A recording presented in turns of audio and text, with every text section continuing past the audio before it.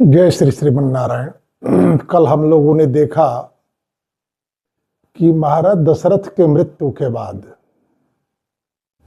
उनके शव को तेल के एक द्रोण में रखकर मंत्री परिषद के लोग और ब्राह्मण एकत्र हुए।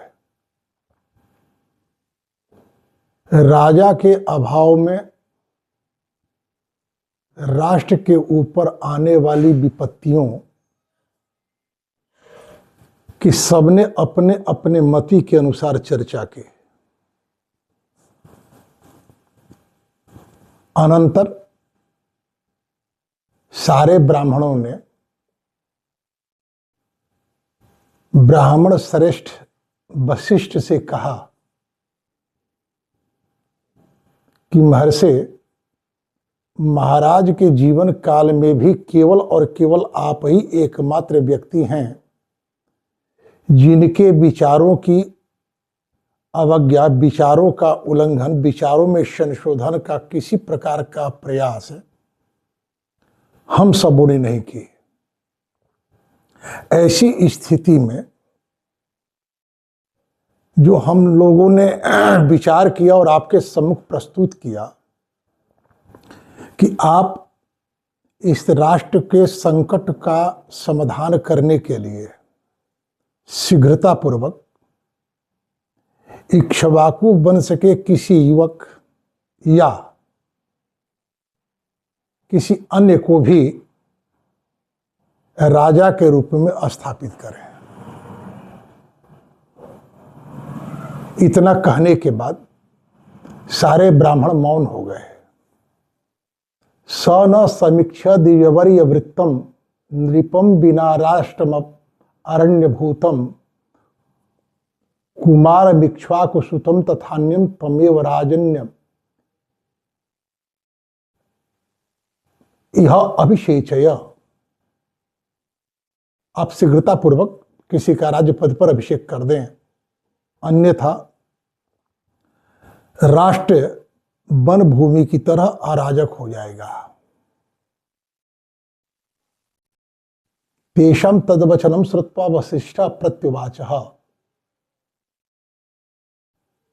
मित्रामात्य जनान सर्वान् ब्रह्मणान् तान इदम वचः। उन सारे मित्र, ब्राह्मण और मंत्रियों के परामर्श को सुनने के बाद महर्षि वशिष्ठ ने कहा, जदशौ मातुल कुले दत्त राज्य पूर्वम सुखी भरतो वसति भ्रात्रा शत्रुघ्नेन मुदान्वितः। जिस भरत को राज्य देने की बात महाराज दशरथ ने की है, वे भरत अभी अपने भाई के साथ आनंद पूर्वक अपने ननिहाल में है। इतना कहकर वशिष्ठ पुनः लोगों के प्रतिक्रिया का विचार जानने की इच्छा की और मौन हो गए। सामवेद स्वर में वह उपस्थित लोगों ने कहा, जत शीघ्रम जवनादूता गच्छन तुम त्वरितम हाई। शीघ्रगामी घोड़े के माध्यम से दूत भेजे जाएं वहां शीघ्रतापूर्वक। आने तुम भ्रातरौ वीरौ किम समीक्षा महे वयम। और दोनों भाइयों को बुलाया जाए। तब तक हम लोगों को क्या करना चाहिए, यह विचारणीय है। महर्षि वशिष्ठ ने कहा, पुरोहितस्त्वाम कुशलम प्राह सर्वे च मंत्रिणः त्वरमा नश्च निर्याहि कृत्यामात्यादिकम त्वया।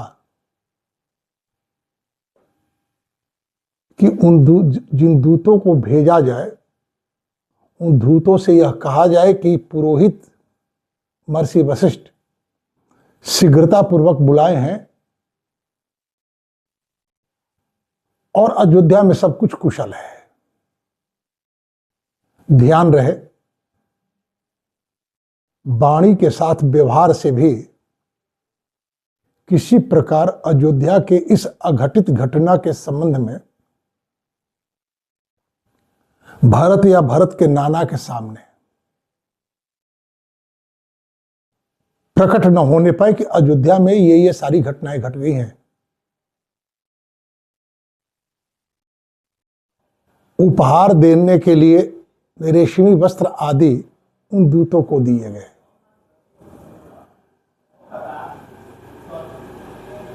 भर्तु प्रियार्थम कुलरक्षणार्थम भर्तु च वंशस्य परिग्रहार्थम आहेड मान्यास्त्वरया स्वदूता रात्र्यम तु ते तत्पुरमेव माता याता। ये जयंत आदि जो 4 दूत भेजे गए, ये बिना विश्राम किए दूर होने के बाद भी रात्रि में ही कैकेयी देश पहुंच गए। अपने स्वामी आज्ञा देने वाले वशिष्ठ का हित करने के लिए, अयोध्या राज परिवार की रक्षा के लिए, वंश पर आए हुए संकट के निराकरण के लिए इधर दूत रात्रि में पहुंचते हैं। उसी रात्रि में भरत के साथ एक विस्मयकारी घटना घटती है। सोए हुए अवस्था में भरत स्वप्न देखते हैं।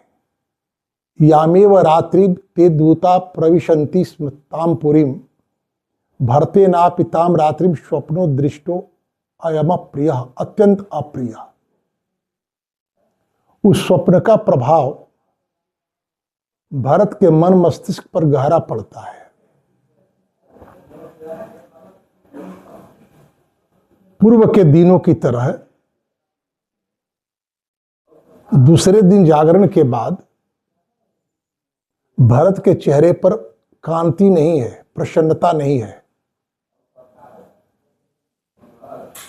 मलिनता छाई हुई है। भरत की इस दशा को देखकर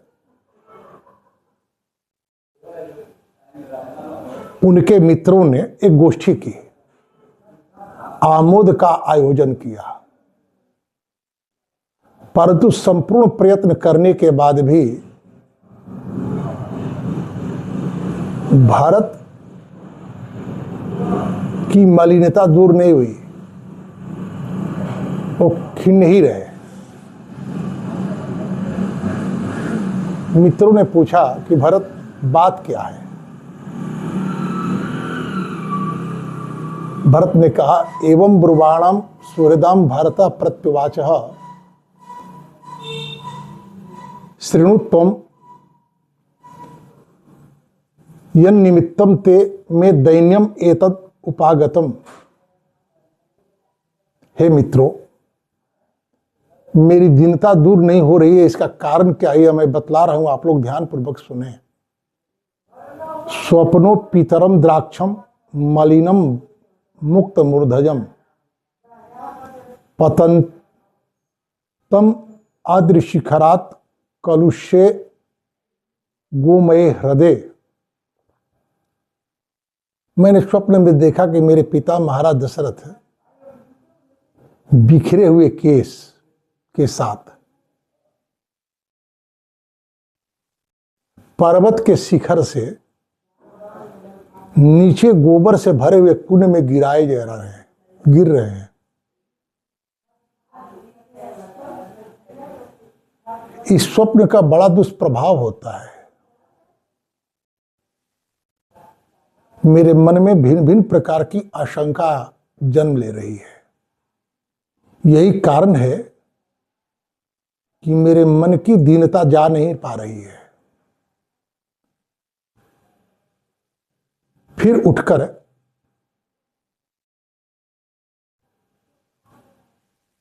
वहां से चले गए कि नाना ने उन्हें बुलाया। बुलाकर क्या कहा, इसकी चर्चा हम लोग कल देखेंगे। आज इसी के साथ वाणी को विराम।